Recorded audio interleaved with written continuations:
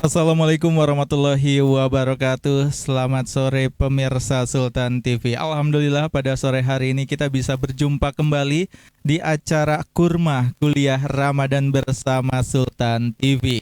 Dan seperti biasa di Kurma Ramadan Kuliah Ramadan Sultan TV pada sore hari ini kita akan mendengarkan siraman rohani, di mana pada sore hari ini kita akan membahas tema Nuzulul Quran membangun peradaban. Seperti apa yang dimaksud dengan Nuzulul Quran yang membangun peradaban? Nah, pada sore hari ini kita akan membahas tentang tema ini bersama dengan Kiai Haji Amas Tajudin dan sudah bersama kita. Assalamualaikum, selamat sore Kiai. Waalaikumsalam warahmatullahi wabarakatuh. Bagaimana kabarnya pada sore hari ini? Sehat, baik, alhamdulillah. Tetap lancar puasanya Harus Pak Kiai, lancar dan ceria. Alhamdulillah. Dan pada sore hari ini Pak Kiai kita akan membahas soal Nuzulul Quran membangun peradaban, dan mungkin bisa langsung diberikan pencerahan ya, sebenarnya apa yang dimaksud dengan Nuzulul Quran yang membangun peradaban. Silakan Pak Kiai. Assalamualaikum warahmatullahi wabarakatuh. Alhamdulillah, wassalatu wassalamu ala rasulillah wa ala alihi wa ashabihi wa mawalah.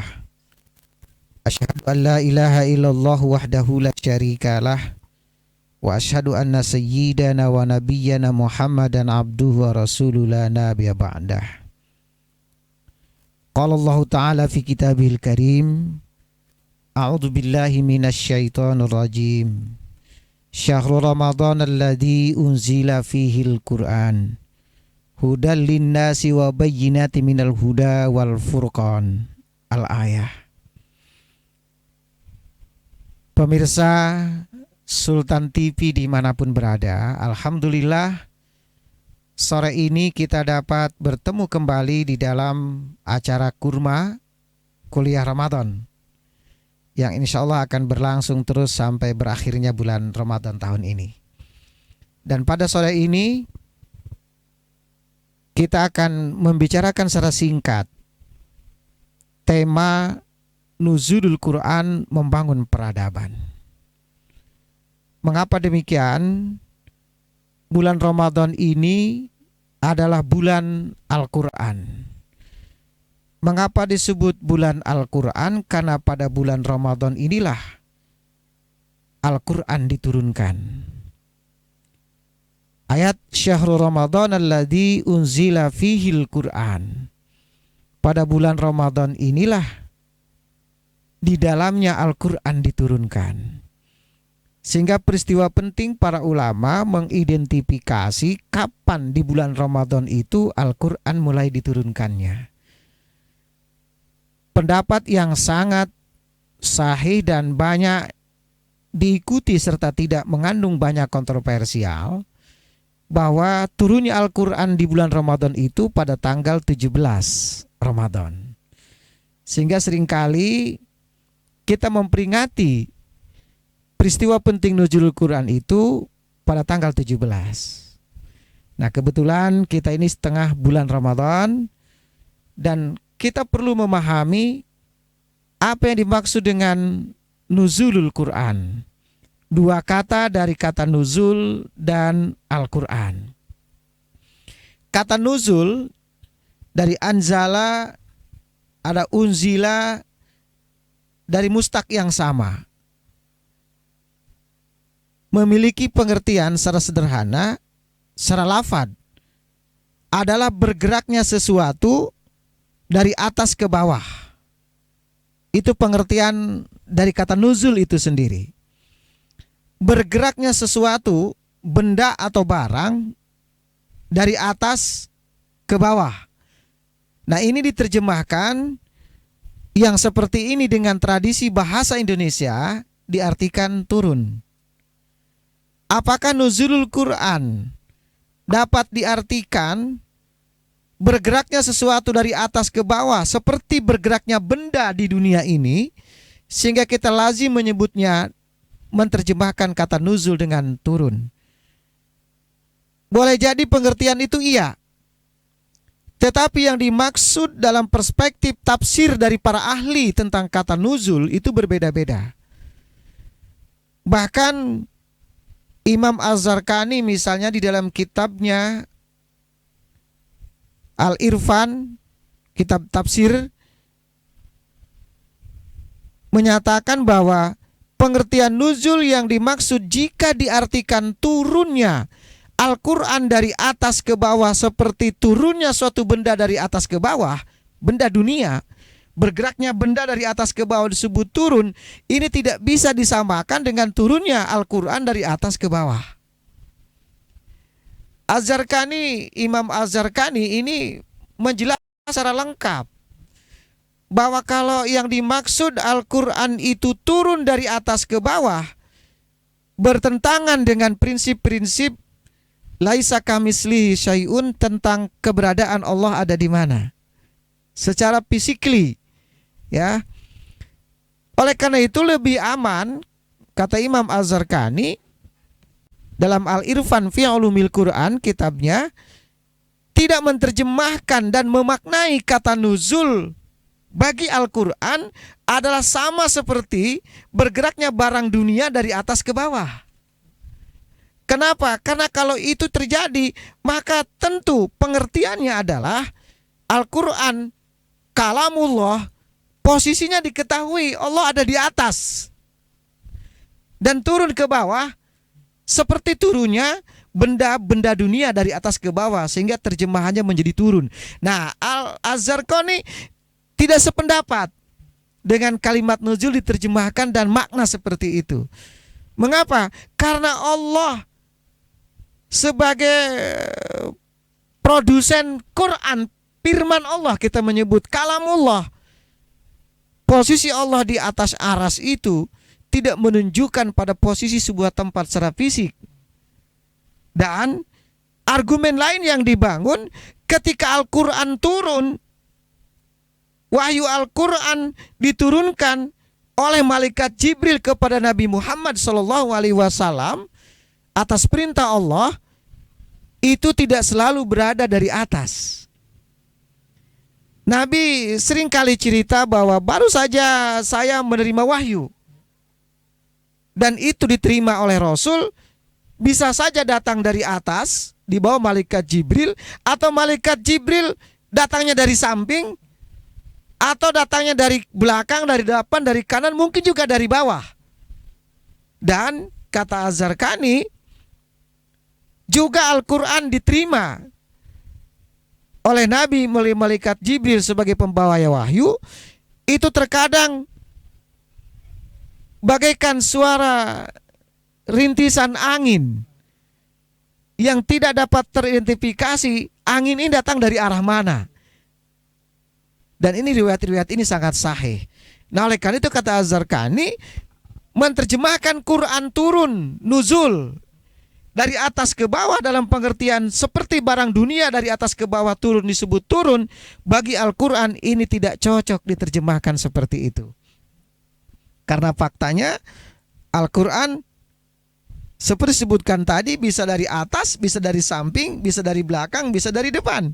Dan bentuknya bisa dalam bentuk malaikat Jibril menyampaikan secara lafziyah yang langsung dapat dimengerti. Ada juga Rasulullah pada pertama kali menerima wahyu, dan ada sering kali menerima wahyu, firman Allah Subhanahu wa taala dimaksud itu bagaikan semilir angin itu. Nah, oleh karena itu kata Imam Az-Zarqani, pengertian yang dimaksud nuzul, turun, itu maknanya adalah makna mazazi.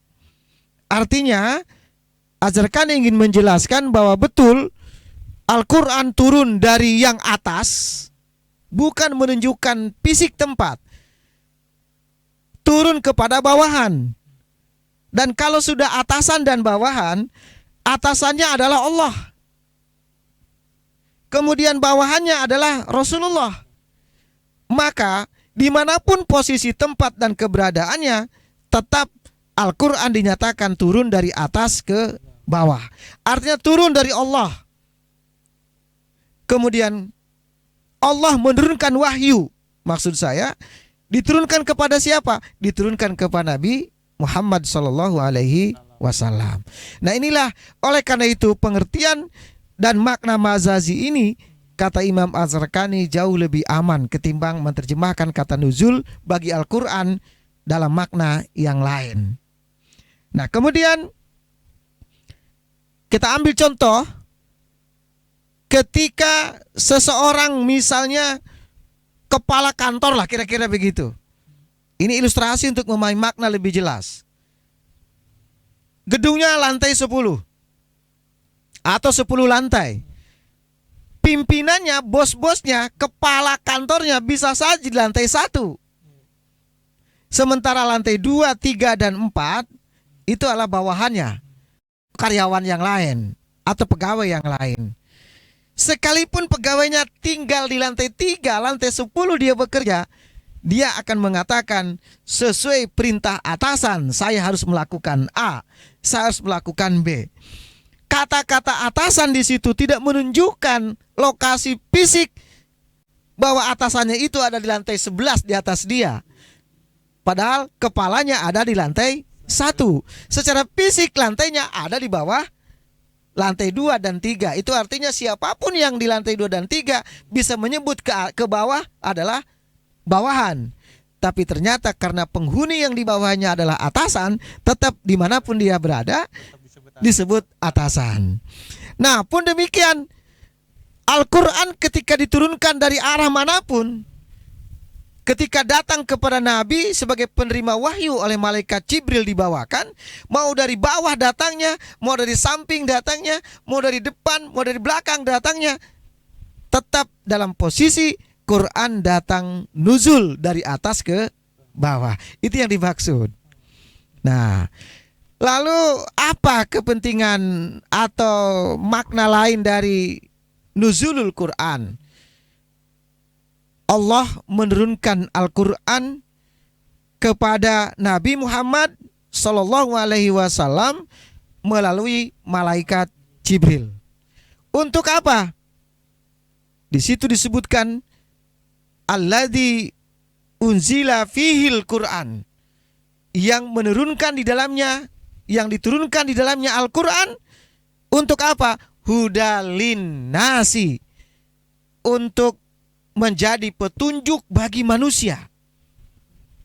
Wa bayyinatin minal huda wal furqan, dan untuk memberikan penjelasan mana hal-hal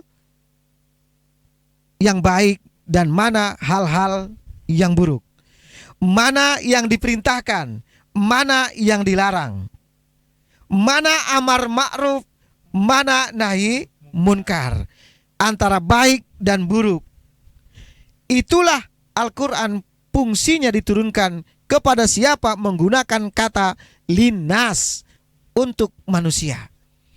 Di sini belum menyentuh manusia kategori apa, tapi bahwa Al-Quran diturunkan untuk memberikan petunjuk kepada manusia dalam pengertian al-insan, seluruh makhluk Allah yang namanya manusia. Tidak lagi melihat latar belakangnya, tidak lagi melihat wujud fisiknya, hitam, putih, merah, kuning, hijau, sipit, belok, dan lain-lain, cantik, tidak cantik, manusia, laki maupun perempuan. Maka itulah yang disebut dengan manusia, linnas, petunjuk Al-Quran untuk orang-orang itu. Nanti setelah Al-Quran dijadikan sebagai pedoman, sebagai petunjuk oleh manusia melalui perantara Rasulullah SAW pada waktu itu, tentu akan tampillah orang-orang yang dapat membedakan mana yang baik dan mana yang buruk, mana yang kufur, mana yang iman. Kalau sudah ini dapat diketahui dalam petunjuk Quran bahwa kamu, hai manusia, ternyata berada pada posisi buruk, hai kamu manusia, berada pada posisi baik. Baik dan buruk diukur dengan keimanan, bukan diukur dengan pandangan-pandangan selain ukuran keimanan. Mengapa? Setelah itu, kalau sudah manusia mendapatkan petunjuk dari Quran, maka dapat membedakan yang baik dan buruk, maka muncullah orang-orang yang beriman. Kalau sudah muncul orang-orang yang beriman, yang mengikuti petunjuk Al-Quran, muncul orang-orang yang bertakwa mengikuti petunjuk Al-Quran, mulai dari membaca Al-Quran, memaknai Al-Quran, menafsirkan Al-Quran, dan kemudian menerapkan isi kandungan Al-Quran dalam kehidupan sehari-hari, ini artinya membangun peradaban manusia yang pada saat Rasulullah lahir disebut sebagai zaman jahiliyah. Mengapa disebut zaman jahiliyah?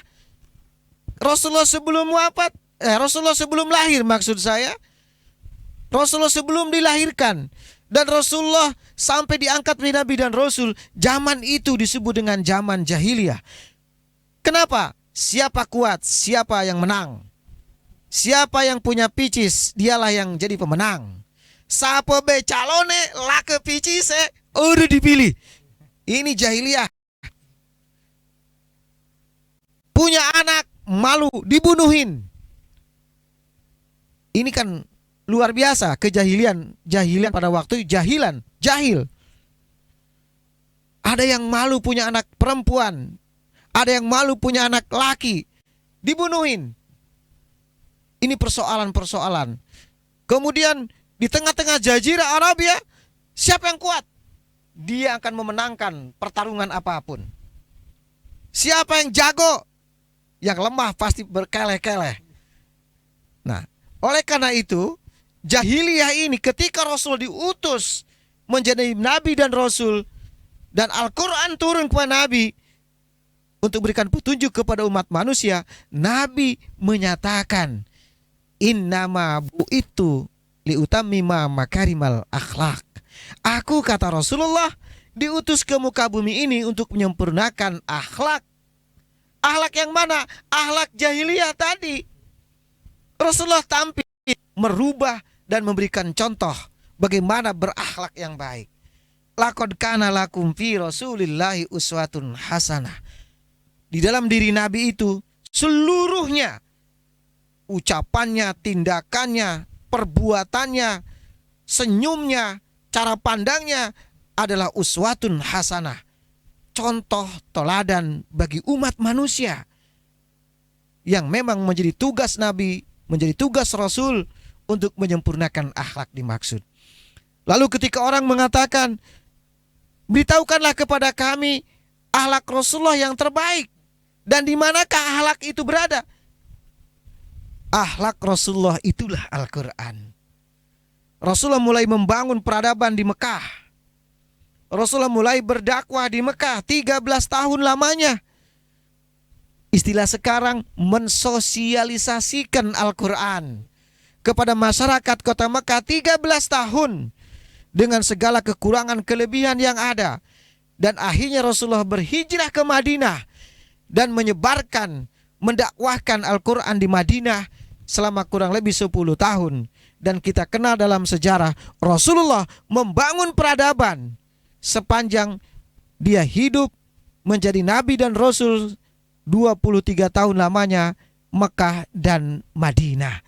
Yang menjadi pedoman adalah Al-Quran yang diturunkan Allah melalui malaikat Jibril.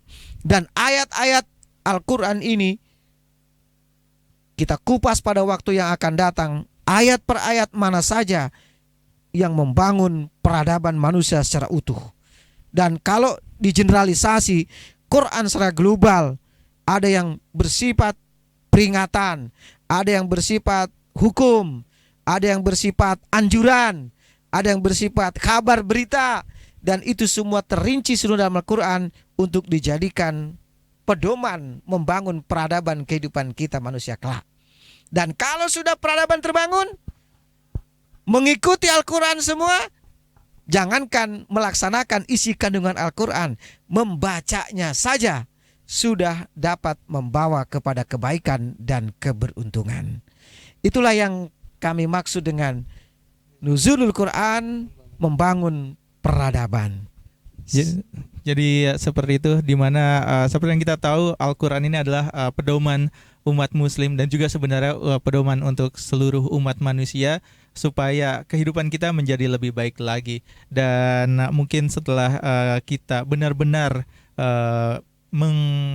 ibaratnya seperti kita benar-benar memahami Al-Quran dan juga mengamalkan isi-isi yang ada di Al-Quran, ini bisa tidak hanya membuat kehidupan kita menjadi lebih baik, tapi bisa membawa kehidupan yang ada di sekeliling kita juga menjadi lebih baik lagi. Dan mungkin terakhir nih Pak Kiai, bagaimana umat manusia sekarang, khususnya kita sebagai umat Islam, benar-benar bisa kembali mengimani atau mengamalkan dan juga mungkin juga mengamalkan Al-Quran ini di era sekarang supaya bisa membangun peradaban yang lebih baik lagi. Iya, saya kira pertama kali kita seluruhnya umat Islam harus mampu membaca Al-Quran. Itu yang paling minimal. Mampu membaca Al-Quran.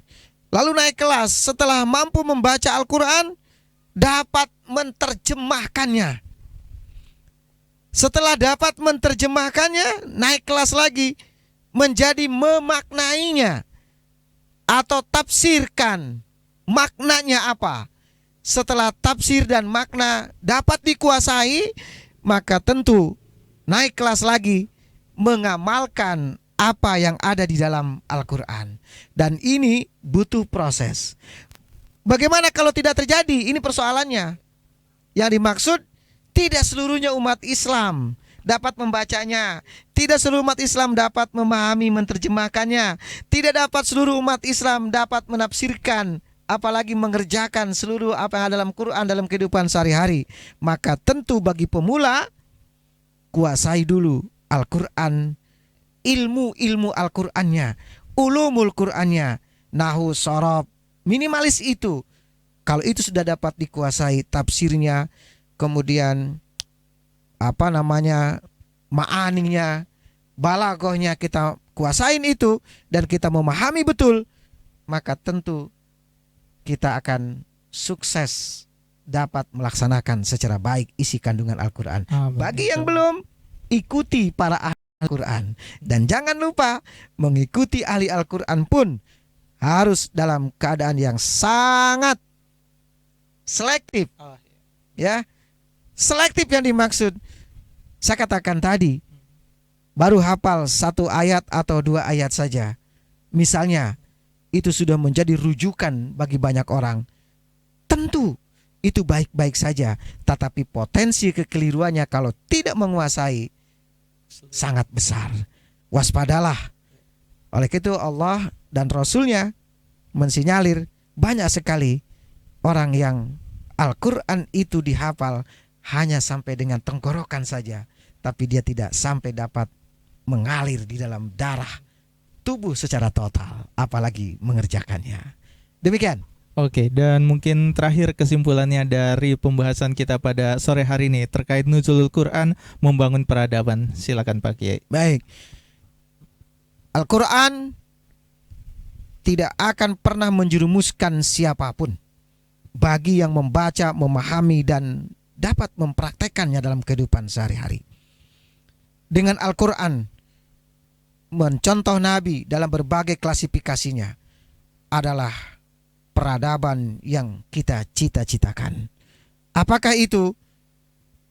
Orang-orang yang Allah ridhoi dalam kehidupan kita di dunia ini dan kembali ke akhirat, sebagaimana doa kita, Rabbana atina fid dunya hasanah wa fil akhirati hasanah.